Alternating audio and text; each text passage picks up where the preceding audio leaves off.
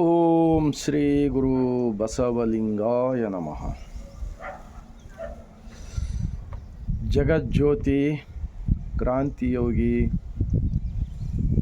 ವಿಶ್ವಗುರು, ವಿಶ್ವದ ಮೊದಲನೇ ಪ್ರಜಾಪ್ರಭುತ್ವ ಅನುಭವ ಮಂಟಪ ಪಾರ್ಲಿಮೆಂಟ್ ಸ್ಥಾಪನೆ ಮಾಡುವುದರ ಮೂಲಕ ಈ ಜಗತ್ತಿನ ಎಲ್ಲ ಮಾನವ ಜೀವರಾಶಿಗಳಿಗೆ ಹುಟ್ಟಿಸುವ ದಾತ ಒಬ್ಬನೇ ಒಬ್ಬ ದೇವರು. ಆ ಒಬ್ಬನೇ ಒಬ್ಬ ದೇವನನ್ನು ಈ ಬ್ರಹ್ಮಾಂಡದ ಲಾಂಛನದ ಮೂಲಕ ನಮಗೆ ಬಸವಣ್ಣನವರು ಕೊಟ್ಟಿರುವುದು ಇಷ್ಟಲಿಂಗ.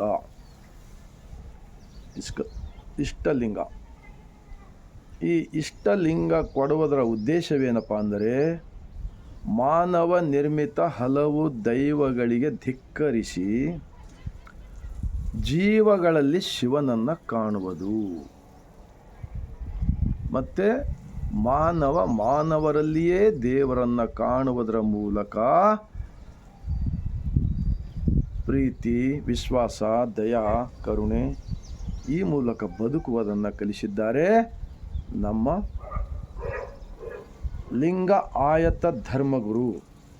ನಾನು ಲಿಂಗ ಆಯತ, ನನ್ನ ಧರ್ಮಗುರು ಜಗಜ್ಯೋತಿ ಮಹಾತ್ಮ ಬಸವಣ್ಣನವರು. ನನ್ನ ಧರ್ಮದ ಗ್ರಂಥ 12ನೇ ಶತಮಾನದಲ್ಲಿ ಅನುಭವ ಮಂಟಪದಲ್ಲಿ ಎಲ್ಲ ದುಡಿಯುವ ವರ್ಗದವರು ಕೂಡಿ ಜಗತ್ತಿನ ಸತ್ಯವನ್ನು ಚಿಂತನೆ ಮಾಡಿ ಆ ಮೂಲಕ ಚರ್ಚೆ ಮಾಡಿ ನಮಗೆ ವಚನಗಳ ಕೊಟ್ಟಿದ್ದಾರೆ. ಆ ವಚನಗಳು ಇಡೀ ಜಗತ್ತಿಗೆ ಸತ್ಯವಾಗಿವೆ. 23 ಭಾಷೆಯಲ್ಲಿ ಸಿಗುತ್ತವೆ.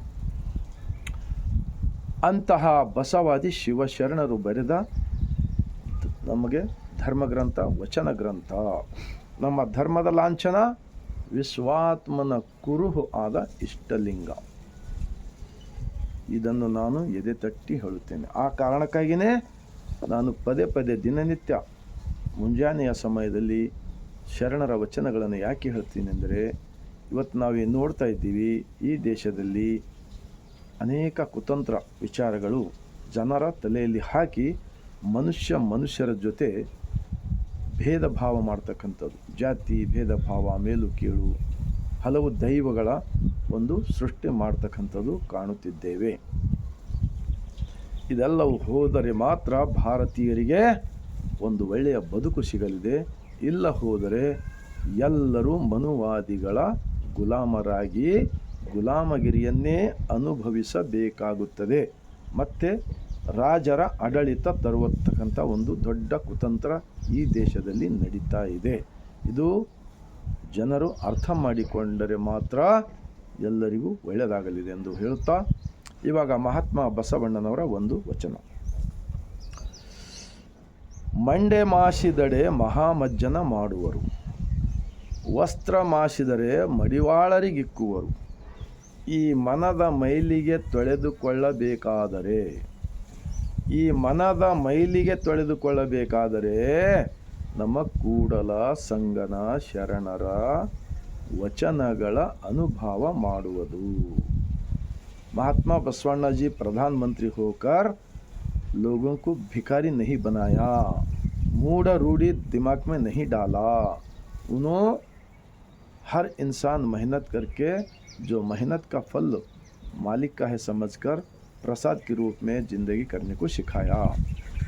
तो अगर हम सर मैला हो गए तो साबुन शैम्पू से धो ले सकते हैं, कपड़ा मैला हुआ तो धो ले सकते हैं.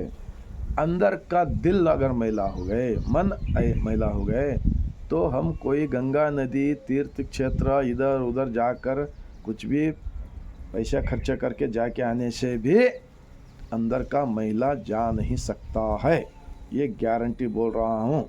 हम जिसके साथ गद्दारी करें, जिसके साथ बेईमानी करें, जिसके साथ बुरा सोचे, जिसके साथ हम बुरा योचने करें, जिसको भी हम बुरा काम है जो करे कामा, वो जिसको करे उनसे जाकर माफ़ी मांगो.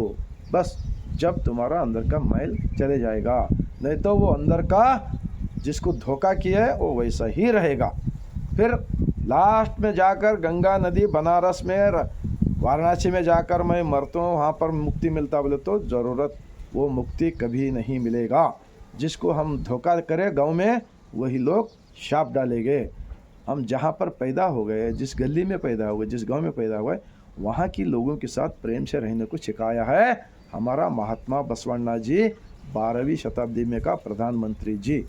तो मैं ऐसा वचन मैं आप सबको विनती करता हूँ, रोज़ शरणों का वचन का किताब खरीदी कीजिए, वचन का किताब पढ़िए, फिर बाद में देखो तुम किसी का गुलाम बनने का ज़रूरत नहीं है। स्वतंत्र विचार से तुम्हारा गांव में ही एक अमृत, इस शरीर के अंदर एक सृष्टि का मालिक है, इनको याद करके जियो। देखो कोई किसी को बीपी, शुगर, हार्ट अटैक कुछ भी नहीं आएगा। ऐसा एक बहुत ही, मेरे को भी 26 साल पहले मालूम नहीं था। ये जो हम लोगों को अंधश्रद्धा, पाखंडवाद जो सिखाया ना, उसका पीछे पड़ के हम भी बर्बाद हुए थे। अब उसको ठोकर मार के फेंक दिया है। वो सब कोई अंधा रूढ़ी काम करने का ज़रूरत नहीं है। छाती पे इष्ट लिंग बांधने के बाद में मेरा शरीर ही मंदिर है बोलकर हमारा शरणों ने कहा है ना, उस रास्ते पर हम चल रहे। तुम भी चलो और गांव के लोगों को प्रचार करो। देश का पूरा रहने वाले 145 करोड़ जनता को महात्मा बसवण्णा स्थापित दुनिया का फर्स्ट पार्लियामेंट का विचार, आचार, चाल चलन को हम सोच कर चले तो हमारा घर, हमारा गांव, हमारा गली, हमारा देश पूरा एक अच्छा देश बनेगा।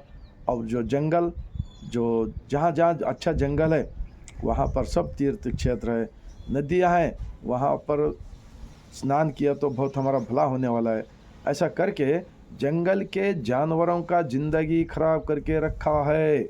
और जो नदियाँ है वो किसानों का, जो बरसात आएगा हम लोगों को मिलेगा सब कुछ, लेकिन वो नदियाँ को भी कब्जा हो गए, जंगलों को भी कब्जा कर ले रहे।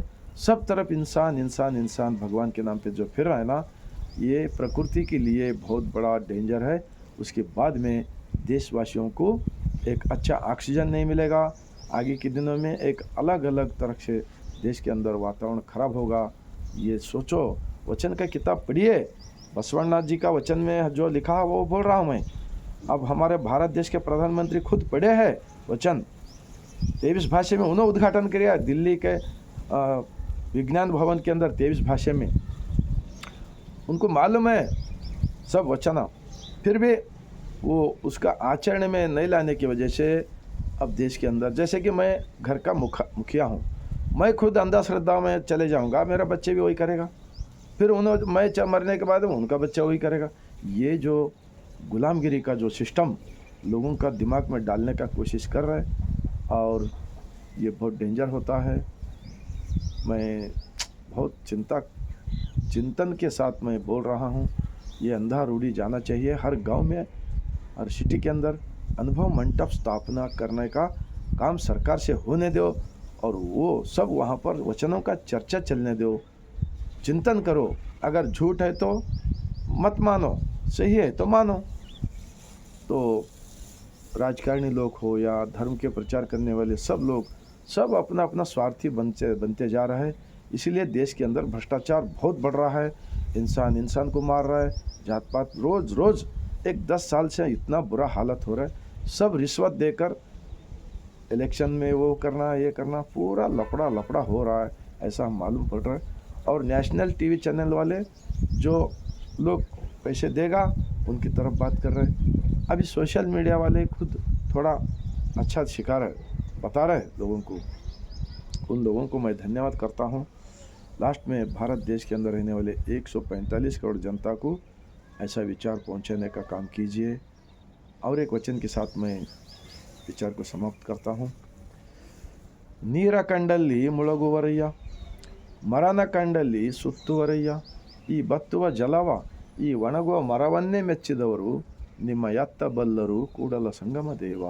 देखो, जहाँ पर पानी है वो पानी पवित्र है, वहाँ पर डुबके मारो। और झाड़ कहाँ तो अच्छा लगा, ये झाड़ को फेरा मारे तो भगवान मिलता। ये अंधा श्रद्धा, ये पाखंडवाद इतना फैलाने का कोशिश कर रहे हैं। 12वीं शताब्दी में हमारा बसवा कल्याण के प्रधानमंत्री जी महात्मा बसवण्णा जी तिरस्कार किया है, फिर भी उसको बार बार और मालूम रहते हुए भी लोगों को गुमराह करने का जो चल रहा है। मैं इसलिए बहुत सारे लोगों को मालूम नहीं, मुझे भी मालूम नहीं था 26 साल पहले। ये शरणों का वचन का किताब पढ़ने के बाद में ये लोग हमको अंधा श्रद्धा के रास्ते पे लेके जा रहे हैं, पाखंडवाद में। और शरणों ने पाखंडवाद से बाहर निकाले सो वचना मिलते हैं। अच्छा बातें करो, मीठा बातें करो, ऐसा सिखा है ना। अब क्या हो रहा है देश के अंदर, ये बहुत भारत देश के लिए खतरा है। ये खतरा से मुक्ति लेने के लिए बसवा कल्याण के बसवादी शरणों का अनुभव मंडप के वचन का किताब हर लोग पढ़ना चाहिए। यूट्यूब में मिलेगा, फेसबुक में मिलेगा, पढ़ो, सोचो कौन सा अच्छा है, कौन सा सही है, कौन सा बुरा है। इतना मैं विनंती करते हुए लास्ट में मेरा इस बसवण्णा जी का 2 वचन के साथ मैं विचार को समाप्त करते हुए आप लोगों को ऐसा विचार कि वचन की किताब पढ़ी है बोलकर और एक बार विनंती करता हूँ सबको, बसवा कल्याण की ज़मीन से सर झुकाकर शरण शरणार्थी।